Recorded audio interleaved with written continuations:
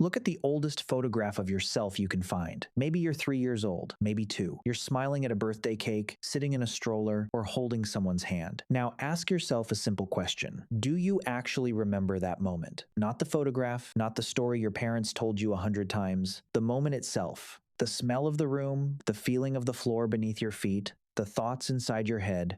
For most people, the answer is no. And that's strange, because that tiny child was you. The same brain, the same body, the same life. Yet the first few years of your existence seem to have vanished into darkness. It's as if someone broke into your mind and stole the opening chapters of your story. For a long time, scientists thought they knew why. The explanation seemed obvious. Young children simply couldn't form memories properly. Case closed. Except it wasn't. Because when researchers looked closer, they discovered something unsettling. Babies remember far more than anyone expected, and that raises an even bigger mystery. If those memories were created, who deleted them? Now, things get interesting. Imagine you're 2 years old. You recognize your parents. You know where your toys are. You remember which cupboard contains snacks and which one doesn't. You can learn songs, faces, routines, and hundreds of words. Clearly, your brain is recording information. In fact, studies have shown that even infants can remember events for surprisingly long periods of time. The memory system is working. So why can't the adult version of you access any of it? For over a century, psychologists have called this phenomenon childhood amnesia. Most adults can remember very little before the age of 3 or 4. Everything before that seems to dissolve into fog. At first, researchers blamed language. Maybe memories can't survive unless they're converted into words. After all, it's hard to remember a story if you don't yet know how to tell one. And language does play a role. As children learn to describe experiences, their memories become more organized and easier to retrieve. But here's the strange part. Even children who haven't fully mastered language can remember events. And adults sometimes lose memories despite knowing plenty of words. So language alone couldn't explain the disappearance. Something deeper was happening. To find the answer, scientists had to travel into one of the most mysterious landscapes in the human body. The hippocampus, a structure buried deep inside your brain. Think of it as a master librarian. Every day, billions of experiences arrive at its front desk conversations, faces, embarrassing moments at parties, and countless fragments of everyday life all waiting to be sorted, stored, and preserved. The hippocampus decides what gets cataloged and where it should be stored. Without it, forming new memories becomes nearly impossible. But here's where things get weird. The hippocampus of a young child isn't fully finished.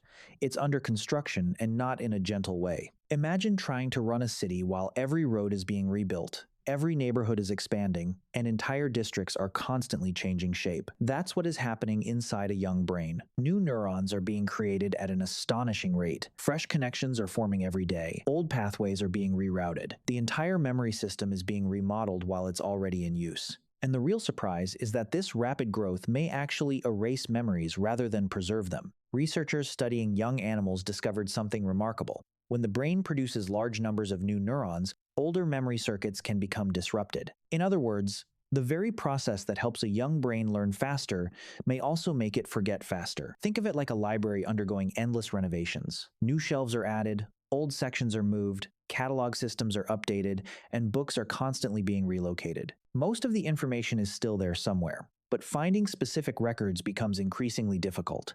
Some are misplaced, others disappear entirely. The brain isn't malfunctioning. It's upgrading itself, but every upgrade comes with a cost. Yet even that isn't the whole story. To understand why evolution would allow such an expensive trade-off, we need to travel far back in time, long before cities, long before writing, and long before humans ever walked the earth. For millions of years, survival depended on flexibility.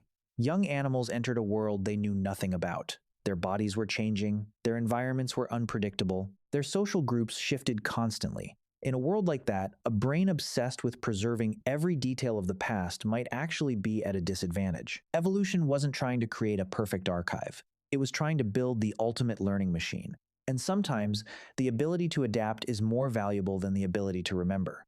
A young brain wasn't designed to hold on to every moment forever. It was designed to absorb new information at incredible speed, even if that meant sacrificing some of its earliest memories along the way. Evolution's cold survival calculator cared far less about preserving every detail of the past and far more about building a brain capable of adapting to whatever came next. In other words, forgetting may not have been a flaw at all, it may have been a feature. A young brain wasn't designed to function like an archive.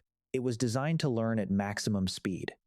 Imagine a computer that dedicates nearly all of its processing power to upgrading itself. The system becomes faster, smarter, and more capable, but some old files get deleted along the way. Nature appears to have made a similar trade. And humans took that trade to an extreme. Human childhood is unusually long compared to almost every other animal on Earth. A baby zebra can stand and walk within hours of being born. A human baby needs nearly a year just to take its first steps. Even more remarkably, our brains remain under construction for decades.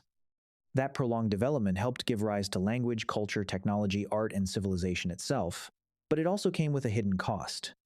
As the brain constantly rebuilt and reorganized itself, much of our earliest history became buried beneath layer after layer of neural remodeling. But here's where things become even stranger. Your lost memories may not be completely gone. Some scientists believe fragments of those early experiences still influence you every single day. You may have no conscious memory of being comforted by a parent after a nightmare, yet those moments helped shape your emotional world. You may not remember your first fears, but they helped wire the systems that still respond to danger today. The memories themselves may have faded, but the brain that was shaped by them remains. Think of your earliest experiences like the foundation of a skyscraper. Nobody sees the foundation, nobody walks through it or admires it, yet the entire structure standing above depends on it. In much the same way, research continues to reveal how early childhood experiences leave lasting fingerprints on personality, attachment styles, stress responses, relationships, and even the decisions we make decades later. The events disappeared. The effects remained. And that's a fascinating distinction because memory isn't simply a recording device. It isn't a camera storing perfect snapshots of reality. Memory is a reconstruction machine. Every time you recall an event, your brain rebuilds it from scattered pieces. Details are added, others are removed, emotions shift, perspectives change, the story evolves. In a sense, your memories are less like photographs locked away in an album and more like paintings that are constantly being repainted. Which raises an unsettling question. If even your recent memories change every time you revisit them, how much of your past truly survives? The answer may be less than we'd like to believe. Yet, perhaps that's exactly what makes us human. We are not creatures built to perfectly preserve every moment.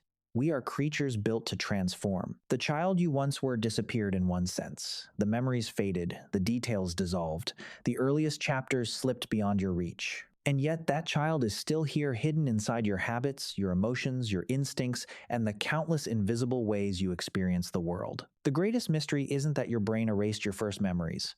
It's that those forgotten years continue shaping your life every single day.